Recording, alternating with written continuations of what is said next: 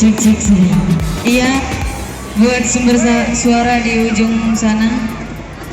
Jadi sudah klarifikasi sama yang punya YouTube. Jadi dia mengetahui dari sumber suara dan panitia. Jadi buat sumber suara yang di sebelah sama panitia, tolong jangan beritahu pada orang